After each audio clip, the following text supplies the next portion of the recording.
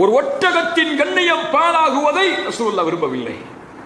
ஆனால் இன்று ஃபேஸ்புக்கில் இந்த முஸ்லிம் சமூகம் செய்யக்கூடிய செயல்கள், யாரோ ஒருவன் யாரையோ பற்றி விமர்சித்தால் அந்த விமர்சனத்திற்கு இவர்கள் கை கொடுத்து நாமும் விமர்சிக்கிறோம். இஸ்லாமிய மார்க்கத்தை புரியாத பலர் முஹம்மது ரசூலையும் அல்லாஹ்வையும் பற்றி தவறான முறையில் விமர்சித்தால் இவர்கள் அவர்களுடைய தெய்வங்களையும் அவர்களுடைய மதங்களையும் விமர்சிக்கிறார்கள். யார் சொன்னது? எப்படி? யார் உங்களுடைய மார்க்கத்தை புரியாமல் நடக்கிறாரோ அவருக்கு அழகையும் இந்த மார்க்கத்தின் தெளிவையும் கொடுப்பதுதான் எமக்கு கடமையை தவிர பிற மதங்களை விமர்சித்து நாம் எம்முடைய மதத்தை வளர்க்க வேண்டும் என்ற அவசியம் இஸ்லாம் எமக்கு காட்டுத்தரவில்லை. இது மார்க்கம் அல்ல, இது ஒரு வழிமுறை. இதை ஏற்றுக்கொள்பவர்கள் ஏற்றுக்கொள்ளாதவர்கள் அவரவர்களுடைய முடிவு.